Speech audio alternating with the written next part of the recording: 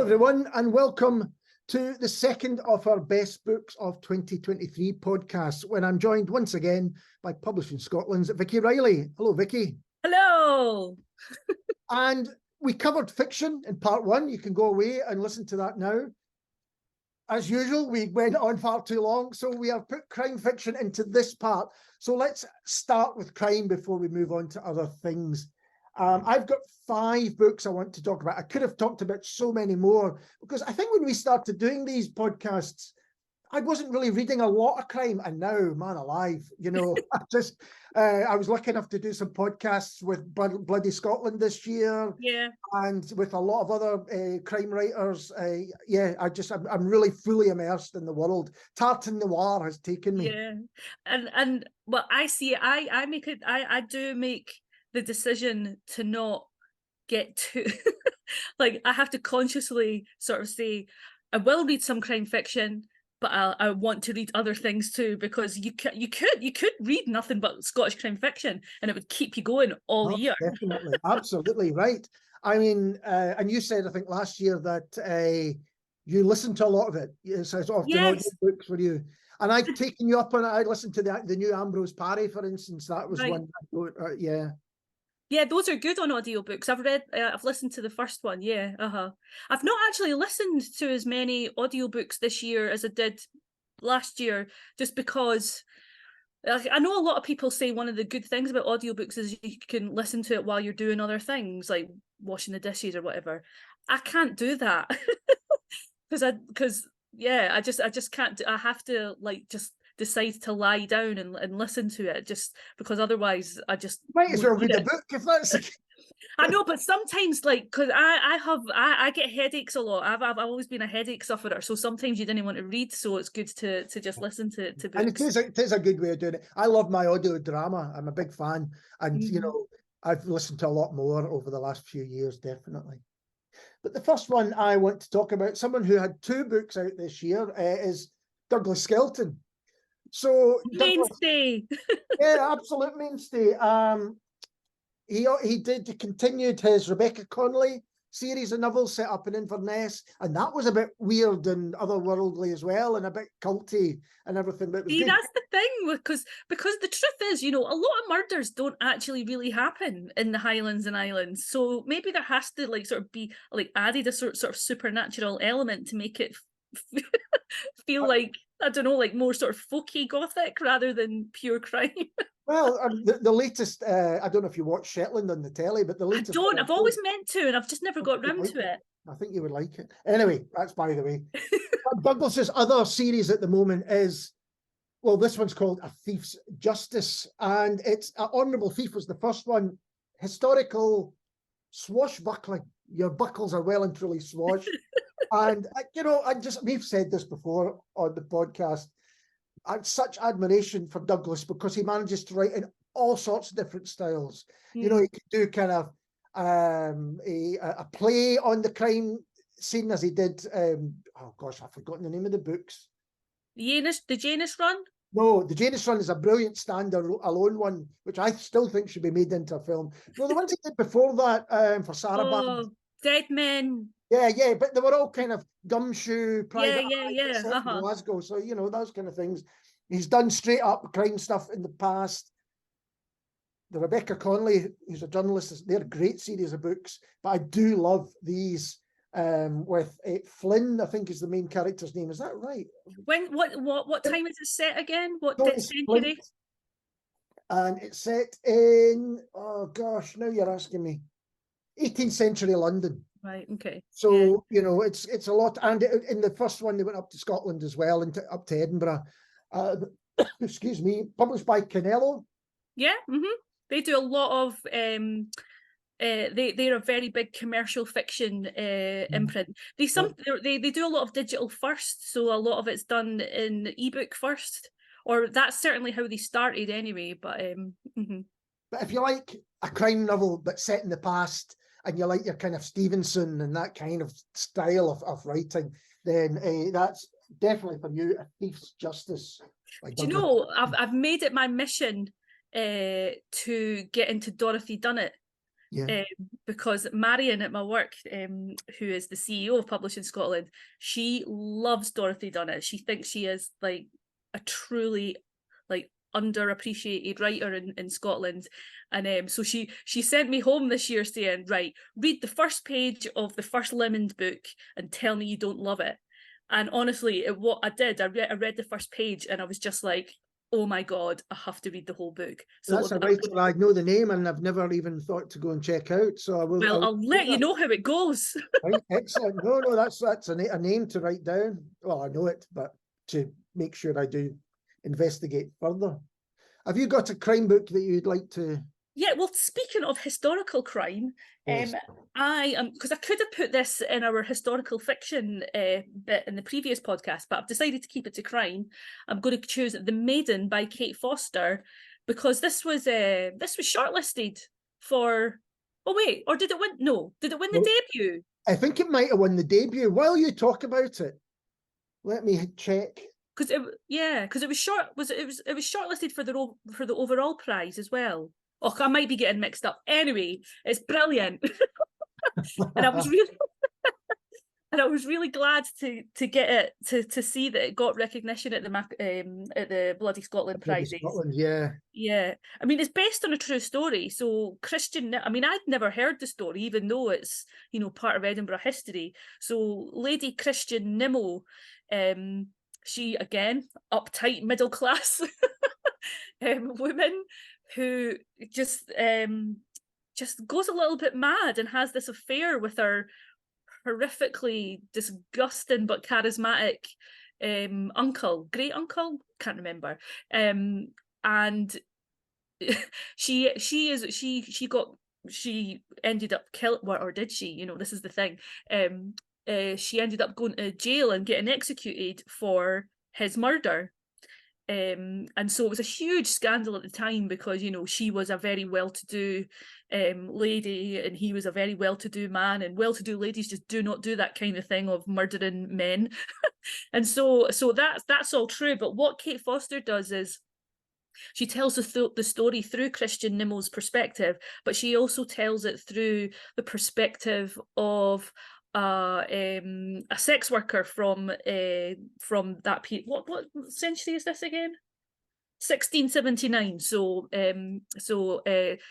this sex worker is brought to live with this uncle, and so it's told from both their point of views, and it's really brilliant at class and at sexism and misogyny and all that kind of thing, and the restrictions again on what that means to people despite them being really clever and smart, and so it tells a story of how actually maybe there was a little bit more going on with the murder of this man. But it was an absolute page turner, and it was brilliant on Edinburgh as well, because it's based in Christorfin, which at that time was considered like a sort of village, right, outside of Edinburgh, but it's part of Edinburgh now. And I hadn't realised that this was a story, and so I'm really glad that something like this book came out, because it was really, really brilliant fun to read. And again, a really assured debut voice. There's so many assured debut voices this year where you were just like, you must have been honing your craft for a long, long time. And I should say that it was the debut novel prize. Did it win the debut? Oh, that's that. Yeah, and well, did it win? It was certainly shortlisted, because I spoke to the shortlisted authors, except that's right. Yeah. For the podcast. So yeah, we had Kate on the podcast, as we did this next book, Callum McSorley's Squeaky Clean. Yeah. Which won the McIlvanney. Yeah. Prize at Bloody Scotland. So absolutely brilliant for Callum. It's a great read. I really identified it because it's set in a car wash that was just round the corner from my old flat when I lived in High Street in Glasgow. I walked past it many, many times. And Callum apparently worked in it as well. Oh, right, okay. Yeah. And he said, I said, have the people that work there read the book? And he went, oh yeah, my old boss. Because the boss in this is a character. It's a great Glasgow crime thriller. I mean, I know there's loads of those, but it really is so funny and so insightful, and it gets the geography right. when you know an area so well, you really can easily be pulled out of it if you think, well, that's not there, or maybe that's just me, but that's not there. And he gets it brilliantly, and how ordinary people can get involved in crime. Oh, the poor man, what's his easily. name, Davy? Yeah. Yeah, I was just like, just get it together. Just like, don't make so many bad decisions. Oh, And he wants his wee girl, he wants to get back in it, oh. and he can't make it to the. It's a brilliant read. It's a brilliant Yeah. read. I absolutely loved it. This was one that I listened to on audiobook, and it was dual narrated by a male actor and a female actor, and that the two narrative voices really worked together in the audiobook as well. The guy, because you have to sort of you have to quite enunciate in audiobooks as well. And I always find, like, particularly if they're also, if the voices are sort of Glaswegian vernacular and all that kind of thing, like, how are you going to, like, change from the sort of very, you know, articulate sort of narrative voice to the dialogue? But he did it really, really well, and I was just I thought it was going to be like, because the cover as well, it's not your usual crime fiction cover, you know. Yeah, it's not. Well, it's not your usual Glasgow crime fiction cover. That's No. set in the present day. The use of the colour is often in crime. Yeah. In a green, lime green. But and so I thought it was going to be much, like, completely comic because of the cover, but it is actually really dark and sad, and very much so. And yeah, And of course, he's got the central, the other character of Ali McCoist. I know, that's as Alison McCoist as his detective, which is brilliant.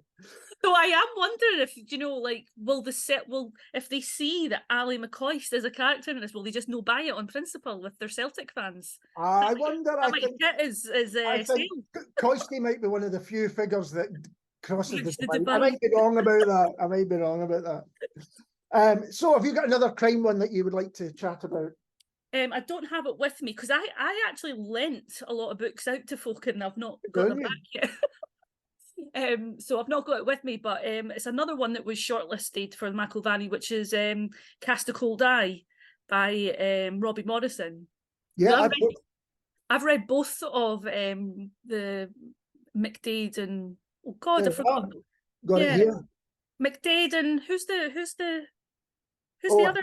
I can't remember. If he. Oh, that's terrible. Dreghorn, Jimmy Dreghorn. Dreghorn, that's it. Dreghorn and McDade. So I read the first one and I've read the second one, because, you know, like, it's Glasgow crime fiction, which you think, oh, old hat, but it really isn't, because of its historical setting and it's properly historical. You know, it goes into the gangs and the history of certain areas of the city, why there's certain no-go areas for people, and it's really interesting. Yeah, like, you feel like you learn about Glasgow as well as, you know, get taken along by this the murder mystery. And this time in the first one, it's the setting around it is about the Irish Civil War, and how it comes to affect the Irish immigrants in Glasgow, and how they help or are against what's happening in Glasgow. And I think Dreghorn and McDade are a really brilliantly conceived double act in crime fiction, because, like with the Hazardous Spirits book, you know, the sort of the cloud of the First World War and the sort of, I mean, because this one's more in the 30s, the sort of rumblings of what is coming around the corner with the Second World War really hangs heavy over the book. And Dreghorn's quite a troubled, traumatized person because of his experiences in the war. And McDade, even though he like, you know, like, he's no stranger to violence and all that, because he's a much more grounded character with his family and his Highland ways and all that kind, and they're just brilliant. They complement each other so well, and you really root for them. And yeah, really great. I really like Robbie Morrison's writing. And I think you can tell that Robbie Morrison is a graphic novelist, and you know, that's his background, and because he does capture in words, but it's very visual. You get where you are. You know, the people. I think he's a really good writer. No, absolutely. I love both. As you say, I read the initial one last year, I think. Yeah. It was great to have a follow-up. And of course, one of the 4. Yeah, it was shortlisted. Yeah, Well, as was this, which is yes. The Second Murderer. And Yeah. it's a Marlowe. Oh, it's so good. I was so pleased to be able to talk to Denise when we had her on the podcast about this book as well. Because, you know, I was kind of not raised, but my dad, he wasn't a massive reader, but he did like his Philip Marlowe and his Gumshoes and all that stuff. And particularly in the movies. He watched movies and I watched the movies with him. So, but she brings it kicking and screaming up to date as well. Totally, yeah. Yeah, but she gets the voice because there is a sort of act of ventriloquism when you write these estate books. You know, like there's quite a few of them now. Different detective books being brought back by modern writers. Agatha Christie and James Bond, I think, are two. Yeah. And she was so spot on. Like the metaphors and all that. You're just like, you can I mean, you can't help, again, like what you said about our Darklands books, you can see the fun in writing it. Like it practically bounces off the page. Like there's just so much energy in it. You know, a lot of writers I've spoken to over the years, they say, oh God, I really struggle in the blank page, and you know, Denise says, oh, great, I get to write, and I absolutely love it. And I just love that about our books. And I love that about her as well. It's great.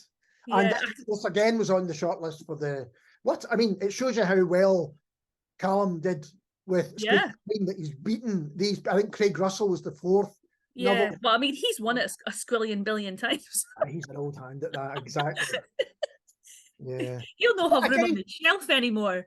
That shows you that crime fiction, like all the fiction that we spoke about in part 1, it's just branching out and becoming the fact that we weren't sure where to put Michael Malone's Memoirs.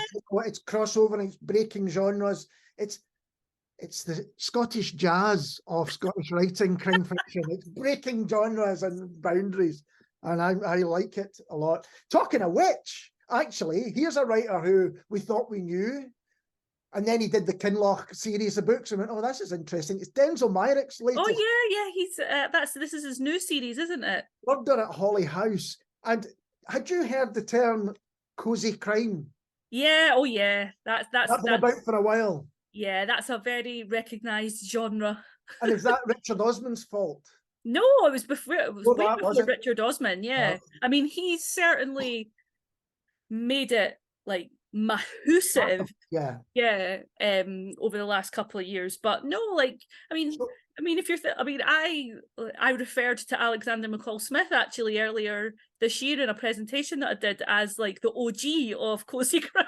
I guess that's true with the ladies detective. Yeah, I suppose Agatha Christie and that kind of thing was a lot of where the inspiration for a lot of these books are. Yeah. I spoke to Denzel about this. He hadn't really come across the term that much before he'd started to write this. I just loved it. To say, I wasn't sure whether I would, because if people don't know, Denzel Myrick's kind of main series, which I think he brought the 10th anniversary. God, I've lost count. Yeah, I don't know. A real kind of almost classic, gritty crime thrillers set in the fictional Kinloch. This has got vicars, it's got pastries, and it's got pub landladies. It's set kind of round about the First World War. It's like classic locked room murder.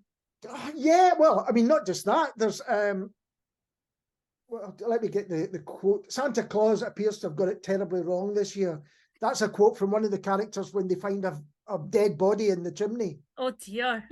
Yeah, so I mean, but it's to say it's a Christmas novel doesn't do it justice. To say it's still got Denzel Myrick's kind of hard edges and some pretty bloody scenes and all those things. I kind of thought it's a bit like halfway between the DCI Daily books and halfway between the Kinloch books that we did, which were really kind of couthy, supernatural. There's nothing supernatural in this, but slightly couthy. And he's brought these things together to come up with this, and there is more on the way. So is he going to? I mean, it's a good idea to do a Christmas book every year. Well, he said the next one's already. Frank Grasby is the name of this central character, who's a slightly incompetent police detective, you know. But I think that's slightly unfair. He seems incompetent, but it's like the Father Brown novels, if you'd ever known those. That's the kind of feel I get from it. And they're really, I was really surprised and really delighted by it.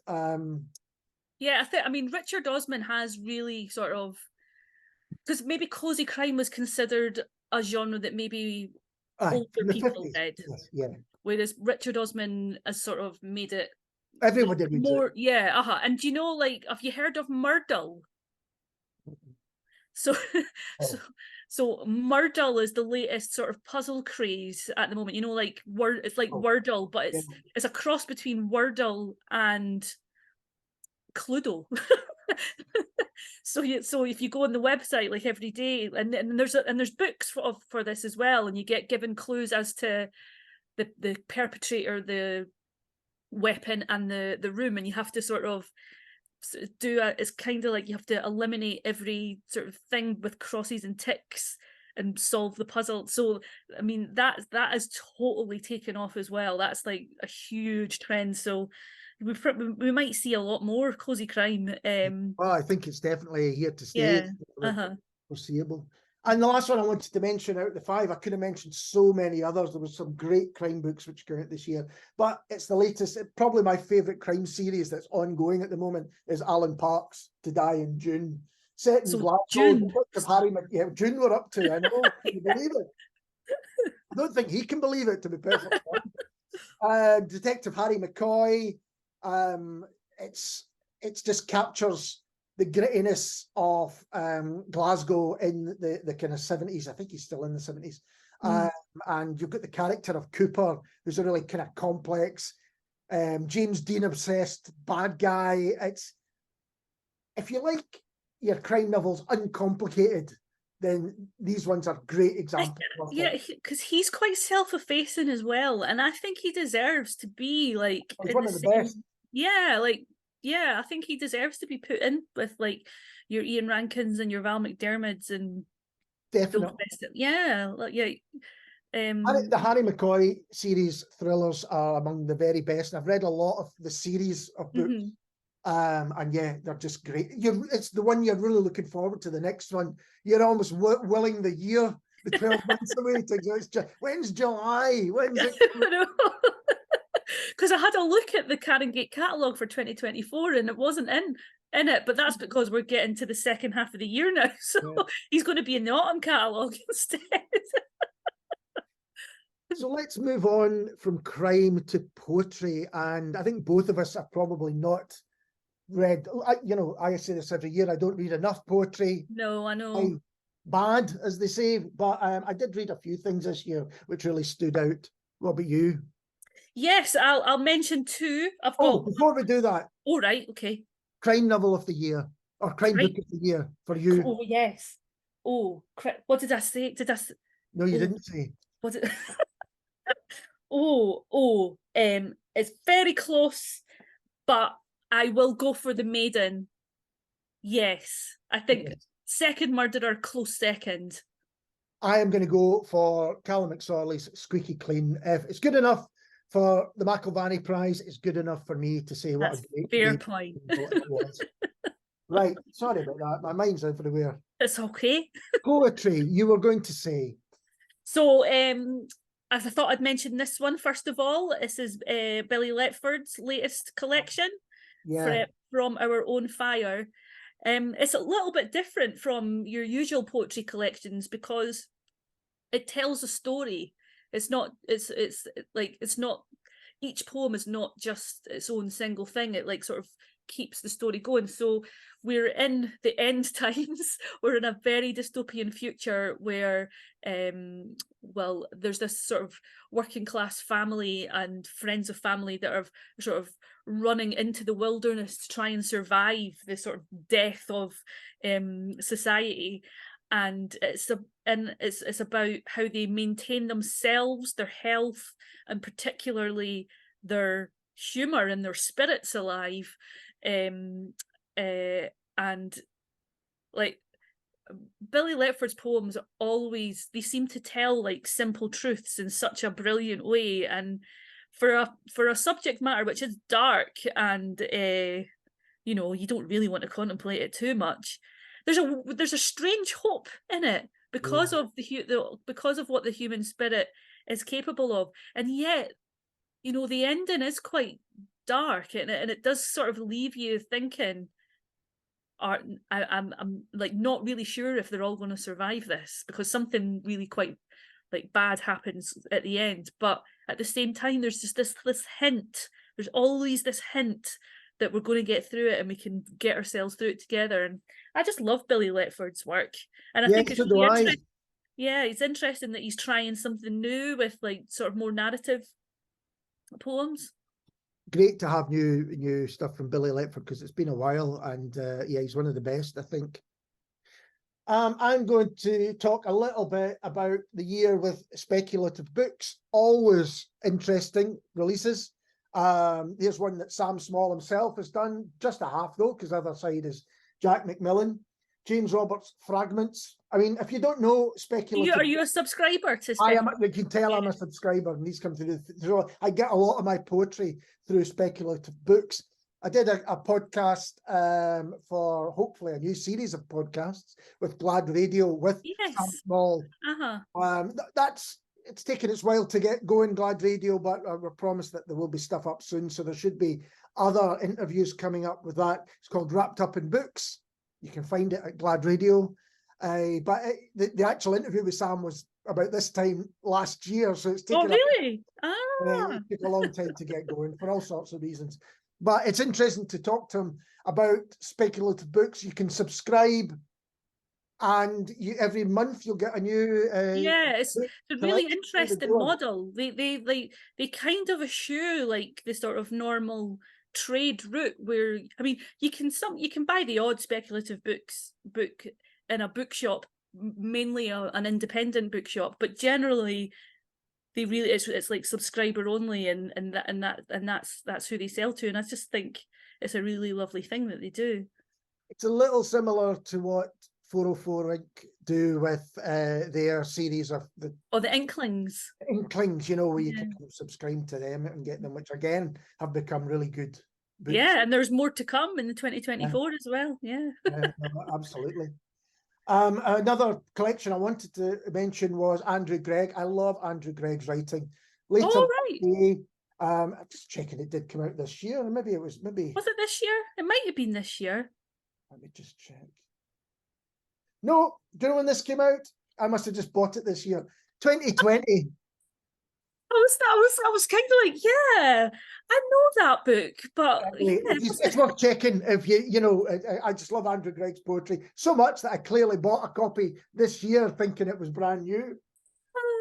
I'll have a special mention for the Cat Prince and Other Poems by Michael Peterson. Yes. Was that this year? Was that this year? That was this year. I just think he's brilliant. I was lucky enough to do an event with him at I Write this year, and he was just so good. He's like, his command in performance on the stage is so great. Like I've seen him. I've watched him over the years for a long time. Like back in like I think I was at the very first Noiriki event way back in the midst of time.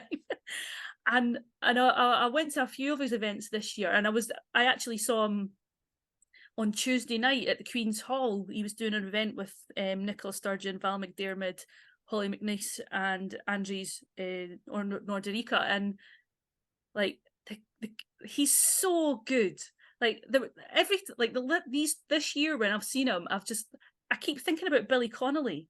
Yeah. rather than end like other than other performance poets. I just think that's who I'm reminded of when he's on the stage. Just the way he like he uses the audience and his rhythm and just everything. Like I just think he's brilliant, and I just think he belongs on the telly. He certainly makes your life as a chair a lot easier than it might be otherwise, because you can just let him go and he does his thing. He stands up and he takes command. And it's Oh, he amazing. really, really does. And just like he's not scared at all in like making himself look daft, writing about jobbies. Or Yeah, just yeah. like, you know, like think like Billy Connolly, you know, like the Jobby Beaker and all that kind of stuff. Like you just like the earthiness, but with such wonder in the world is it's just I just love what he does. And I'm really looking forward to his because he's doing a novel, which I think might be it's either out next year or the year after, but I'm really Yeah. looking forward to that as well. No, he's fantastic. Someone else who brought out their debut collection, I think, but I've been going for a while, is Iona Lee. Oh yeah, I'm going to say, this is a collection I did really get into. I did an interview with Iona for Snack Magazine, and it's very personal. It's very lyrical, as you would expect from someone who writes songs as well. It's very dark. It's very funny. It's debut collections go. It's just absolutely up there. They're kind of, she writes beautifully almost about things which are not ostensibly beautiful. You know, yeah, manages to get that lyricism and imagery into things that you might otherwise not consider in some ways. There's philosophy in there, worldview. Yeah, I just absolutely loved it. An old soul, I think. Iona Lee. She might not thank me for that, but that's how I feel when I read her poetry. Yeah, it's a really beautiful collection as well. That yeah, cover is lovely. yeah. That's a Polygon book. Yeah, Yeah. yeah. Another couple I just want to quickly mention: Hannah Lavery and Marjorie Lofty's The World May Be the Same, which is inspired by Edwin Morgan. And this came out at the book festival, I think. Yeah, Edinburgh. is that Tapsaltiri or Stewed Rhubarb? Stewed Rhubarb. So Tapsaltiri and Stewed Rhubarb are kind of like Kind they're of are, aren't they? yeah, Yes. yeah. Like the But church. they do beautiful. So they do. They're more pamphlets Yeah. than like than collections, but they're very very lovely. But it does seem to me that increasingly that might be the way that poetry gets put out again, is in pamphlet style rather than bigger Well, collection. Marjorie had her debut collection out this year as well. Yeah. The name. Oh, I can't remember what it's called. That's yeah. In a similar kind of style of book is David Ross Linklater's Star Machburach. And this is interesting because it came out on Fulfillment, which is Pause is the band, who I know, Philip John Taylor is a musician, really good pals. In fact, they might even have gone to school together, I can't remember, with David Ross Linklater, and they worked together to bring out, there's music to go with these poems as well. You'll find it on Spotify when you stream, or you can go to Fulfillment's website and you'll get everything. Philip John Taylor is the musician side of things, David Ross Linklater, and they're just beautiful, kind of about the natural world.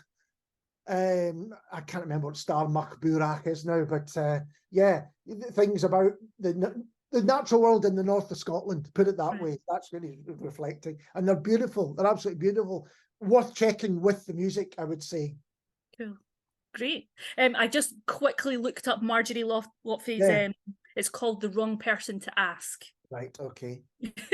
I felt guilty there. No, you're quite right. People need to know these things. I know they do. Buy it. And just before we stop talking about poetry and move on to our non-fiction, there's this fantastic collection, a Hansel, new and collected poems about Liz Lochhead. And Liz, you were at the Saltires last night. Last she night got the Lifetime Achievement. Yeah, she was great. Again, she belongs on the telly. Liz Lochhead should just, in fact, remember in the 80s, or maybe it might have been earlier as well, but I remember like Reverend I.M. Jolly sort of took the piss out of all these reverends that would like be at the end of like the day's telly to tell you about like like a sort of go to your bed and but yes, Liz absolutely. Lochhead should do that, but just like Liz Lochhead putting the world to rights just before like the news or just after the news every day. That's what should happen. Yeah, unfortunately, the news never ends these days. You don't have the telly getting turned off at night. That would be the thing. But she's yeah, just got it so right in her head about art and its place in the world and how seriously we take ourselves, and just her speech was brilliant. Yeah, it was great. She to made a be poem as still well. creating fantastic art and poetry. And this is someone I read at school, I and know. that was yesterday. So yeah, fantastic collection. Again, out with Polygon, of Liz Lochhead poetry. Yeah, you cannot go wrong with that. If you're looking Absolutely for not. the perfect Christmas present, Yeah, totally. for your poetry loving people, then that's perfect. Right. Shall we start with some non-fiction? Let's do it. I'm just going to quickly say, if I was to pick a poetry book of the year, it would be Iona Lee's Amanuensis. Are you on the same cocktails as me? No, I'm not. I'm not. But it's a difficult word. Amanuensis. I'll go for the Billy Letford. Yeah. So I don't really feel qualified to make the judgment. Yeah, I've not read anyone Yeah. this year, as every year. But I think I have read enough non-fiction to make a choice. What would you like to start with? Well, I read in fact, only I think in Scottish non-fiction, memoirs. Well, let's start with memoir then. That's a good thing to do. Yeah. So the first one that I will talk about is Fern Brady and her memoir. I listened to that on audiobook. Oh, and did she In do it? fact, I listened to all the memoirs. I listened to them on audiobook, and it absolutely worked brilliantly to have the authors doing the books. But Fern Brady's book, God, what's it called again? Single white female, single young female. Because I've not got a copy. So you talk about it, and I'll look it up. yeah, so it's about her life to date, really. Like what a life it is. Yeah, but I mean, she was born and brought up in Bathgate, which you think, what kind of stories come out? I don't mean that Bathgate, sorry. But like, she was undiagnosed with autism until, really quite recently. Yeah. And so it's the tale of just her growing up in a world where she didn't seem to know how to make sense of how to be with people and understand how the world works and how she was part of it. So it can be quite grim reading at times, like she had to like go to like a special school and all that kind of stuff, even though she was, so clearly really bright and intelligent and all that kind of stuff. And she just, and she's a stand-up comedian, so the way she talks about her life, she does it with a sort of wry eyebrow raise rather than a sort of like, it could easily have been like a misery memoir, but it's not. Like it was really funny and really recognizable and anger making as well, but because she's come through it and she's reconciled to so much of who she is, and like in the end you're just kind of like, go on yourself, Fern. She's just great. Yeah, she is. I'm a big fan of her stand-up. I haven't read the book, but yeah, I certainly know parts of it. And it's interesting that you think you called Fern Brady's one. It could have been a misery memoir, but it isn't because of the way it's written and the way she approaches. The same thing could be said about Dawn Patterson's Toy Fights. Yes. And I was lucky enough to chair Dawn at the Braemar Literary Festival this year, and that was just an absolute joy. Huge fan of Dawn's work. This is so funny. And I think if you want to know his poetry and his aphorisms and things, you might that might be unexpected, but it's laugh out loud funny. Oh, it really is. Like, yeah, again, I listened to it on audiobook and he does it, and his voice is brilliant in that sort of deadpan delivery, and but I mean, because he's a poet, again, like Fern Brady's stand-up, they know the rhythms of, Yeah. where to hit, and he was masterful. Like, it was one of the first books that I read or listened to last year, and yeah, really enjoyed it.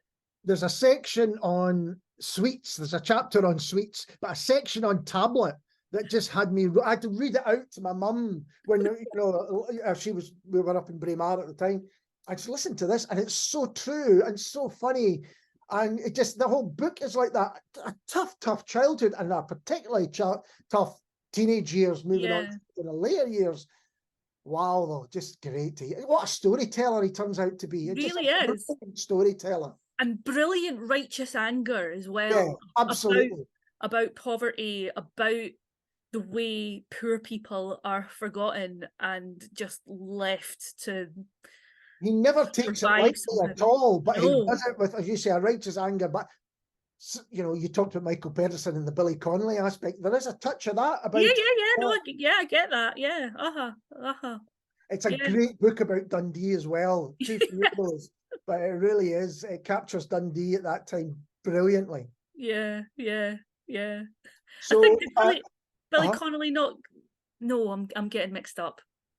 I was like, did he not do a puff for it?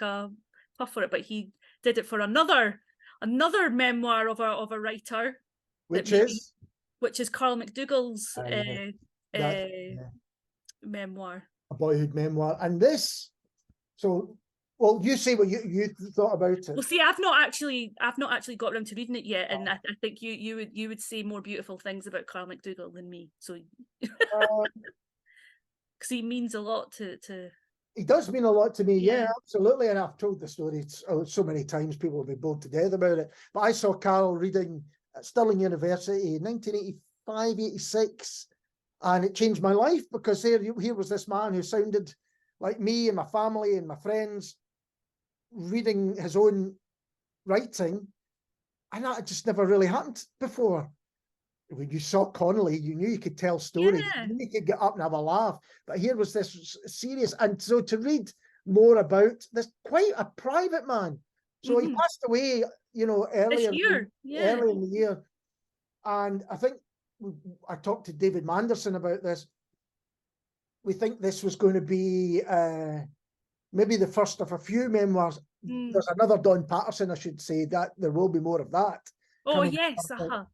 But this was about, again, a boyhood memoir. Carl McDougall, Already Too Late, it's called. What an interesting and difficult life growing up after the war, German background, Carl telling the name of that, bullying in the streets, difficulty at school. I should show you the cover, because we spoke about this. It was David Manderson and Ricky Monaghan Brown who we had on the podcast to talk about it. Now, first time I looked at that, I said, that looks like a wee girl in the shoes and everything, but that's young Carl McDougall. And you just think that boy is going to have a lot of things to face, a lot of challenges to face, and he did, but he did it with great intelligence and humour and wit and warmth and all of those things, which if anyone knew Carl, and I only knew him a little bit, he was all of those things and so much more, and so supportive of other you were talking about in the part one about shouting from the rooftops and saying this is great that's going on in Scottish. He was brilliant at that. He would absolutely support other people, often above himself. Yeah. And he did TV shows on Scottish writing, and he did radio shows, and he covered so many things, but he was always slightly an outsider, and that comes across as maybe why he was an outsider, because he went through when he was young. He wasn't part of the Hobsbawm group, for instance, with Liz Lockett, Alistair Gray, and Jim Kelman, and all of it, Tom Leonard. He knew them all. He wasn't a joiner, but he would support from the sidelines and really support you if he could. And you're right, the Billy Connolly quote on the cover is, Carl is a hero of mine, a great storyteller. And well, he was a hero of mine as well. And it's a hint of sadness talking about it, because he's no longer here. And I used to bump into him sometimes on the streets. but a great writer, and perhaps more importantly, a great man. It's a really, really good book. Yeah, and I would really love to see his backlist getting republished. That would Yeah. be great. Yeah, absolutely. But you know, most people, we spoke about this on the podcast, even if you've not read one of his books, you've probably read a book that's been edited by him or collected by him, the short story collections Yeah. in the Gyro. You know, certainly university in first year at Glasgow in the Scotland, everyone had to get a copy of that. I think it's most schools these days. Yeah, he really was huge. Even if you didn't know it, he was hugely influential on Scots writing. I've not read any of his work. He was always somebody whose name I would see on spines or or on front covers of books, but I never ever got around to him. So I've ordered the Casanova papers. Yeah, and he's very funny as well. You know, he has got a great. He's quite similar in a way to Don Patterson, Right. even though their childhoods. I mean, he's a good bit older than Don Patterson, but yeah, it's both of them together make for fascinating pictures of Scotland in the 20th century. Yeah. You know, which perhaps weren't widely told, working class Scotland in the 20th century from those who were there. I know, because you know these these stories have been told at the time. You know, like Carmadule was published at the time. You know, Kelman published at the time, and yet you feel like these stories still need to be known now and still need to to be. That's why they deserve to be reprinted and on every shop backlist and all that kind of stuff. But it's particularly interesting with the memoirs because it's the true story of what was going. It's not diluted's the wrong word, but it's not. I know what you mean. The prism of fiction. This was how they, you know, their lives. Their lives were lived. I could talk about both those books for ages. But do you have another memoir that you want? Yes. This one, Oh Brother by John Niven. Now, I have got about 4 books from last year that I haven't read yet. That's one of them. Right. Okay. On my to-read pile. Again, I mean, I've got this proof, but I listened to an audiobook, and again, it's read by John Niven, and again, he reads it absolutely brilliantly. And again, even though it's about quite challenging childhood and subsequent, you know, because it's about his brother. It's about him, but it's about his brother. He had a brother who died in about 2010, was it? So yeah, and he committed suicide, and it's really about how 2 brothers can have like a similar upbringing, and where did the life paths converge, where John Niven could go on to a career in the music industry and to be a writer, where his brother, you know, ended up, you know, too much alcohol, too much drugs, time in jail, all that kind of thing. So it's like a working class childhood memoir in Ayrshire, and it takes you through their adult lives and what John was doing at this time, what his brother was doing that time, and it divides its time between the past and the present of when his brother was dying, because he was actually in a coma for a fair while, and it is so heartbreaking. I am not ashamed to admit I cried. But also, you know, with John Niven, like, so funny, so dark, jet black humor, so funny.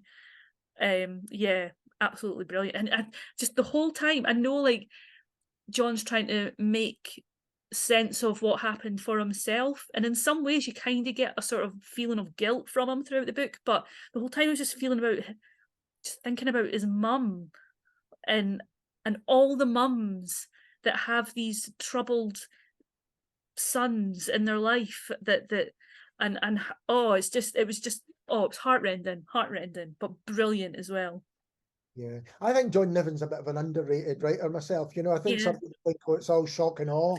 Yeah, he's a really, really good writer. Yeah, he's like the way he can write emotions and confusion and guilt and all that all that kind of thing. So good, really, really good. He's so brilliant. I was at a book fair earlier on in the year, and there was a dinner where a bunch of authors were talking and sort of promoting their work for the Christmas period, and it was all like lovely, brilliant, like sort of nice English middle class people talking about their work and being all lovely. And then on comes Grant Morrison to talk about his novel, and John Niven straight after him. They were just like Scottish swearing like bastards. And I was just like, oh my God, the Scots are in the room. The Scots. Absolutely. It was so good. It was so good. But at the same time, like, they're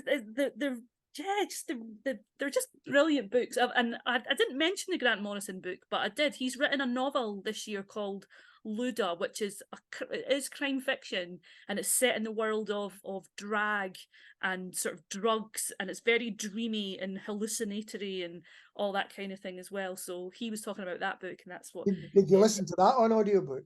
I didn't. No, I've actually not. I've only dipped into it. I've not read it fully. He's a great. Oh, that would be good. Yeah. A great reader of his own work. It's you know, he's a really interesting guy, Grant Morrison. I'm a big fan of his. I've knew him mostly from his comic book work. Yeah. Oh, I'll look to see if it's available in audiobook. Yeah. Two, I just want to mention before we move on to some other non-fiction books. One similar, I guess, to what you mentioned about John Niven is it's about someone losing a sibling, and it's Joe Caulfield's The Funny Thing About. Oh yeah. Mm-hmm. And Joe Caulfield is a well-known stand-up comedian. Now lives in Edinburgh. Does a show at Edinburgh every year at the festival. I've seen her tons of times because my sister used to work in the stand, so I went to see like tons of shows at the stand. And she finds out she's about to go on stage when she finds out her sister Annie has cancer, and it's the result from there. And it's about coping. Coping's the wrong word. It's about how the whole family deal with this larger than life character Annie, who seemed to be the one that everyone else kind of relied on, and yet here it was.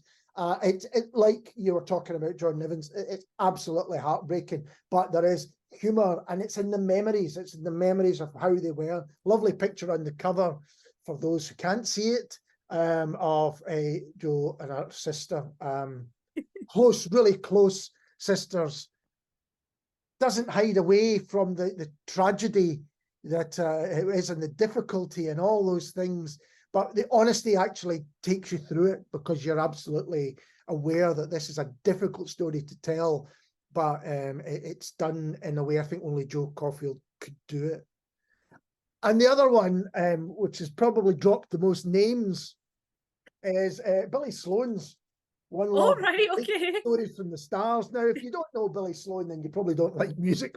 Billy Sloane is a legendary DJ and a Scottish DJ who I used to see at gigs when I was a teenager, and you would see this older guy. He'd be younger than I am now. I would always read his column in the Daily Record when I was wee. He knows his stuff. He absolutely knows his stuff. He knows the people. There he is on the front cover, taking a picture of David Bowie. There he is on the back with Pete Townsend and Roger Daltrey. It's Rod Stewart, Simple Minds. I mean, it's just fantastic. And yes, he's dropping names, but if anyone, forward by Jim Kerr, if anyone deserves to be able to drop a few names, it's Billy Sloane. It's highly entertaining. It really is. I'm actually really surprised that he's never got round to writing his memoirs until now. Yeah. Stories from the Stars, and you think, yeah, it absolutely is. Billy's a bit like the kind of Zelig character. He's there. Yeah. Big events, all right, you know, not just in Scotland, but elsewhere as well. Yeah. What I will say about him is he'll still turn up to a gig in a small venue, you know, with a new band, and he's still got his finger on the pulse of what's going on, and I do admire him for that. Yeah, yeah. So let's move on to some, oh, look at the time. Let's move on to some other non-fiction. Have you got a lot to talk about? Or I haven't. I only read memoirs this year, and we've spoken about them. well, I could do this fairly quickly because if you go over to Product Magazine website, you will be able to find, once this goes out, my pick of 10 best non-fiction books of Ah, the right, year. okay. I did it last year for them, and I've done it again for this year. And they include pretty much all the ones I'm going to mention. So I will rattle through these. But one is Linda Cracknell's Writing Oh Landscape. yeah. Mm-hmm. It's a beautiful book about nature. I mean, Linda's always written in her novels about nature. And this kind of explains why it's so important to her. It's part of Sarabande Books In the Moment series. Yeah, they were really lovely books. Yeah, and it's a in great. the same way that 404 are doing the Inklings, like Sarabande are doing this. Yeah. And they're really inspirational, and this is certainly inspirational. You'll kind of look at your surroundings in a different way. Yeah. I think Linda Cracknell's a really, really good writer. Yeah, And again, there's new ones coming up in 2024 as well. This is one of the most beautifully written books of the year. I just loved it. We mentioned it in part one, but it's Ashes and Stones by Alison Shaw, where Alison kind of tours Scotland looking for, it says, in search of witches and witness, and she finds monuments and often modern tributes to the places and the people who were killed there as part of the witch trials. I have dipped into that one, and it made me want to go to all those places and visit them.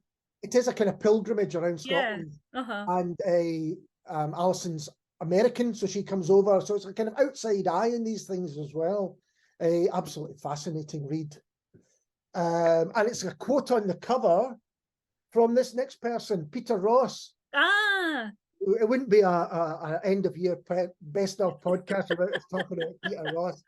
Steeplechasing Around Britain by Church. Kind of a sister book to A Tomb with a View. Yeah. He goes through the churches, which some of them are no longer churches. They've been used for different things. And it's all done with Peter's, I think no journalist definitely. No, you're right. Looks at the everyday and the ordinary with his eye, and just it's that thing of just being really interested in people and places. Totally, yeah. Taking yourself out of it almost. Yeah, because so many journalists are a bit sneery about about ordinary folk, and it's just so lovely when he clearly likes people. I like people that like people. Well, you know, a long time ago, because Peter used to be a neighbour of mine years and years ago. Oh, right, okay. And he did say to me, I think the first time I interviewed him, that previously for newspapers, he had done a lot of big celebrity interviews, you know.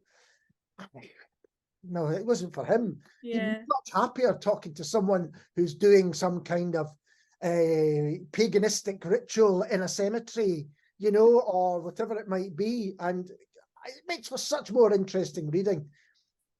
But his first two books with Sandstone, the Wanderlust and those were really great as well. Yeah, absolutely. And the Bingo. Harry Bingo. Harry Bingo, yeah. This is headline that I've got him now. But it's he writes just so beautifully and so empathetically. One of the best. We've spoken about Sarabande. They did this actually came out in America first, but they kind of put it out. It came from The Closet, Queer Reflections on Horror, and it's a collection of essays about how horror movies influenced a lot of queer and trans writers that are here, edited by Joe Valise, and there's a foreword by Kirsty Logan, who we also mentioned. Yeah, I'm not very good with horror films. Oh man, I'm not so much these days, but when I was younger, I was a huge horror fan. Well, It made me want to go and watch them. Yeah, really did. They're really brilliantly written. Like, I'd have to watch them in like the height of summer when the light is shining until like 11 o'clock. But what I love is that, like most genre fiction, you can read it on one level, or genre films, I should say. You can watch it on one level, but there's often a lot more going on that even maybe the people that made it didn't realise that's going on. But you get in these essays. Now, one of these books did come out last year, but I'm going to mention it because I read them both within a week of each other, and they're both about right, okay. Jonathan Melville's Local Hero, making a Scottish classic, which is all about local hero, but often also a lot about Bill Forsyth. And Being Gregory, Bill Forsyth, Gregory's Girl, The Lot by Tim Blanchard. And Tim goes right back to the very beginning. He's got some fantastic interviews with the Glasgow Youth Theatre guys, who included John Gordon Sinclair and pretty much everyone that was in That Sinking Feeling, and would then go on to Gregory's Girl. And he goes back and visits Cumbernauld as it is today to see if he can find all the places that are in the film. Gregory's Girl means a lot to me. I've got a poster of it on the wall here, and clearly means a lot to Tim. So it might not be for everyone, but if you like Gregory's Girl and if you like Bill Forsyth movies, a great one for you. Very quickly, Michelle Faber's, I just read this recently. Oh, my friends just gave me that. I've not read it yet. Vikki, it's such a great read. It's not about music. It's about how music affects us and how we then, listen to the music we do. So it looks at things like a belonging to clans, fashion, but also the kind of how music affects you as a child, how your record collections, and then what happens to them once you pass on. I mean, it makes me worry about the poor person that's going to have to get rid of my CDs. You can always put me in your will. And yeah, it's an amazing book. It's an absolutely amazing book. Michelle Faber, one of my favourite authors. So I wasn't sure how this would be, but it's got all his little kind of odd world view and beautiful writing. And yeah, this is such a great book. It's called Listen on Music, Sound and Us, and it's out with Canongate. And I should very quickly say, Rog Glass has written the book Michelle Faber as well. So if you like Michelle Faber's books, there's a quote on the back from Matt Osmond from The Suede. That's pretty good in my book. The Suede? From Suede. I call them The Suede. All right, I thought it was a mistake. No, it's from the band Suede, from the pop band Suede. No, because your granny and all that they were famous for saying that. The Oasis, I like the Oasis. The internet, exactly, the iPlayer. That's exactly. That was my little thing. But no, it's Rog, big fan of Michelle Faber, and on who's it with? I think it's Liverpool University Press. Liverpool University Press. So that's out now. So there's a lovely double bill if you really love Michelle Faber. But I'm going to choose this next one before you choose yours as my non-fiction book of the year. All right, okay. Rebecca Smith, Rural, The Lives of the Working Class Countryside. And it's going to be a theme through both of our part one and part two about representation of people's everyday lives that maybe don't get normally represented. And that's what this book is. Again, I was lucky enough to chair an event with Rebecca. Fascinating to hear her talking about it's half her childhood growing up in accommodation that they didn't own. It was owned by the land, so they were, had to stay there, so you didn't have the security that you might have otherwise. Right. If you were ill, you could lose that in a heartbeat. And then the kind of weird thing about living on an estate, but your family were working the estate. So to the outside, you're like, oh, check you on the big land and all that kind of stuff, and maybe answering the phone to the lady of the estate with a posh voice. But actually, it was very much a hard working class background. The other half of it is incredible research into different parts of the world to see what was going on in these places. I absolutely love this book. It's really stuck with me the whole year, and I highly recommend it. Rebecca Smith, Rural. Brilliant. No, that I've seen that when I've been out and about in bookshops. Yeah. See, I'm a city lass, you see. But we all, that's part of the thing. I'm a city boy, but we all have visited the country or had holidays in the country and not even thought about the kind of I know how it what's works going on behind the scenes. Like for instance, in the Lake District, so many holiday homes that people who work in the bars you can't live in the Lake District. It happens up in Braemar at my brother's. The people who work in the hotel have to be bussed in from somewhere else because there's no place for them to stay. And yeah, it's a real eye opener, and I think you're right, because we all visit the country and go, Yeah. "Isn't this lovely?" This looks at the realities, the financial and kind of social realities going on behind that kind of idyllic place. And she admits it is idyllic, but you know, Yeah. there's a lot of inequality going on behind that. Well, my non-fiction choice, probably not a surprise, but I'm going to go for Oh Brother by John Niven. Fantastic. Great. So before we finish up this second marathon, let's talk very quickly about something you're looking forward to in the Well, I do have my 2024 pile is starting to so get really big already. So I'll just name a few. The Frankenstein retellings are gonna continue into the new year. Claremont by Leslie McDowell is coming in February. Oh, brilliant! I didn't realise that. That's great. Yeah. I'm really looking forward to read Ava Anna Ada by Ali Miller, because I loved her memoir, The Last Days. The Last Days? That's what it's called. But I think a biggie coming in April is Caledonian Road by Andrew Hagen. Brilliant. Which is quite a doorstop, so I'm looking forward to that. And the other one that I'm really looking forward to reading in 2024 is Hunted by Aber Mukherjee. He's well known for the Wyndham, the Wyndham and oh god, I've forgotten the names again. He does a series set in post First World War Calcutta.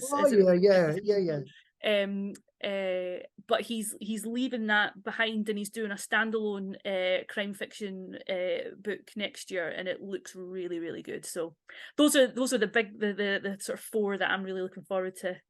I'll quickly run through mine. One coming out in January, which I've already read and reviewed for Snip. Oh yeah, I've got that as well. That's on my list. That's my pile. Yep, 13 Ways to Kill Lulabelle Rock by Maud Wolfe with Angry Robot, another great publisher. This is not what I thought it was going to be. It was much, much better. I really, really enjoyed it. One which I've just finished reading is A.J. Close's. Oh yes, I've got a copy of that as well. Yes. Oh man, that's a really interesting book, touching on a lot of the things we've already spoken about in terms of the treatment of women, particularly in the 70s. Yeah. And another one I'm reading at the moment, Helen Fitzgerald's latest. Oh right, okay. Out with Arenda Books. Arenda Yes. looking to have another cracking year. Love Helen Fitzgerald. So this is I'm firing through it. I'm 200 pages in already. And then a favourite writer of mine, a book that I think we mentioned last year, was The Golden Acre by Philip Miller. Oh yeah, He's going to have another one out, The Hollow Tree. Ah yes. Now, I read a really, really early version of that back when I worked at Polygon. Yep. So I guess it's been reworked and so really interested to see how it is now. Like that's interesting, yeah. So it's not necessarily the next book from The Golden Acre, but it's maybe a return to one that he's been working on. I don't think it's not in a series. I think. I've been thinking of that. Yeah. Its own thing, yeah. Oh, and just a couple of things that I noticed are coming up, which I just wanted to mention. Shane Strachan, you talked about Tapsultiri. Yes. Bringing out a Shane Strachan collection called Dwams. Yeah. Which is a great name. And someone else you mentioned earlier, Andres N. has got a novel coming out. Yes, it was just announced in the bookseller today that it's coming out with Saraband. Saraband, How We Name the Stars is the name of it. Yeah, because it had a US publisher. It's had a US publisher for a very while, and I think it's coming out in January in America. So I was really pleased to see that they've got a UK publisher and that it's Saraband as well, because we love Saraband. Certainly do, and that's interesting. That's the second book we've mentioned from Saraband, where it's been out in America. Well, their 2024 is pretty. I mean, I've just because there's a new Olga Vodtez, Miss Blaine, and there's loads coming from Saraband next year. Yeah, I was just trying to keep it. I mean, you know how I do that big massive spreadsheet of all the it's already got hundreds of books. How exciting is that? Going back to the first thing we spoke about on the very beginning of part 1. If you've missed it, go back and check it out.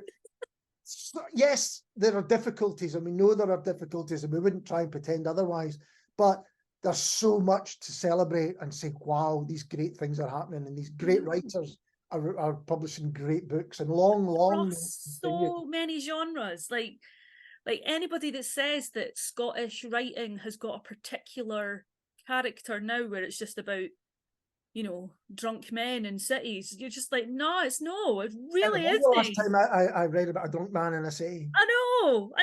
Like, it's just a nonsense. It's just like, yes, there is so much happening, people. Well, get out and explore.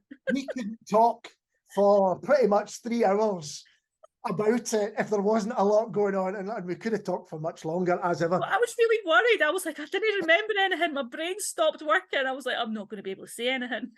There you go. We should know better. Okay, thank you as ever for taking the time to talk to me. It's always a pleasure. It is indeed.